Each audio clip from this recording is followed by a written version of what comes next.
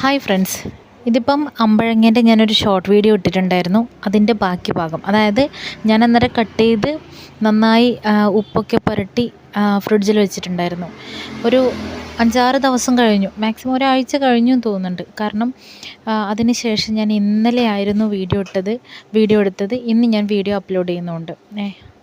അതായത് ഞായറാഴ്ച എടുത്തു, തിങ്കളാഴ്ച ഞാൻ അപ്ലോഡ് ചെയ്യുന്നുണ്ട്. അപ്പം നമുക്ക് തുടങ്ങാം. ഫസ്റ്റ് തന്നെ ചീനച്ചട്ടി വെച്ച് അതിലോട്ട് കടുകും ഉലുവയും നിങ്ങൾ കൈയളവിൽ അങ്ങ് എടുത്തോ. കാരണം ഞാൻ അന്ന് ഉണ്ടാക്കിയ ആ ഒരു അളവിലാണ് എടുക്കുന്നത്. പിന്നെ പച്ചമുളക് എടുത്തു, വെളുത്തുള്ളി എടുത്തു, ഇഞ്ചി എടുത്തു, പിന്നെ കറിവേപ്പിലയും കൂടി ഇട്ട് നല്ലോണം വഴറ്റും. ഈ ഇഞ്ചിയുടെയും വെളുത്തുള്ളിൻ്റെയും പച്ചമണം മാറുന്നത് വരെ ആ ഒരു സ്മെല്ല് വരുമല്ലോ, അപ്പം ആ ഒരു സമയം വരെ വഴറ്റിയെടുക്കുക. പിന്നെ അതിന് ശേഷം നമുക്ക് ഇതിൽ അച്ചാർ പൊടി ചേർക്കുന്നില്ല. അതായത് ഇതിൻ്റെതെന്ന് വെച്ചാൽ പിന്നെ പ്രത്യേകിച്ച് എന്ന് വെച്ചാൽ ഇതിലും പിന്നെ നമ്മൾ അച്ചാർ ഉണ്ടാക്കാൻ വേണ്ടി വെളിച്ചെണ്ണയാണ് ഉപയോഗിക്കുന്നത്. നിങ്ങൾക്ക് വേണമെങ്കിൽ എള്ളെണ്ണ ഉപയോഗിക്കാം. അത് പിന്നെ ഞാൻ കുറച്ചേ ഉണ്ടാവുള്ളൂ, ക്വാണ്ടിറ്റി അത്രയേ ഉള്ളൂ. അതുകൊണ്ട് തന്നെ പെട്ടെന്ന് തീരുന്നതുകൊണ്ട് അങ്ങനെ മോശമായി പോവില്ല. അതുകൊണ്ടാണ് ഞാൻ വെളിച്ചെണ്ണ എടുത്തത്. അപ്പം ഇതുപോലെ അച്ചാർ പൊടിയല്ല, കാശ്മീരി മുളക് പൊടി ഒരു 2.5 സ്പൂൺ, അതിനുശേഷം 1/2 സ്പൂണ് മഞ്ഞൾപ്പൊടി ഇട്ടു. നല്ലോണം ഒന്ന്, അതായത് ഇതെല്ലാം ലോ ഫ്ലെയിമിൽ വെച്ചിട്ട് വേണം ചെയ്യാൻ വേണ്ടിയിട്ട്.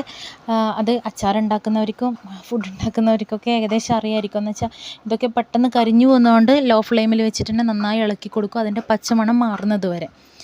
പിന്നെ വേറെ ചെയ്യാനില്ലെന്ന് വെച്ചാൽ ഇതുപോലെ ആയ ശേഷം നമ്മൾ വിനാഗിരി കുറച്ച് ചേർത്താൽ മതി. കാരണം ആവശ്യത്തിനുള്ള പുളിയും പിന്നെ ക്വാണ്ടിറ്റി കുറച്ചായതുകൊണ്ട് അധികം മോശമാവാനും വഴിയില്ല. അതുകൊണ്ട് കുറച്ച് വിനാഗിരി ചേർത്ത് കൊടുക്കുക.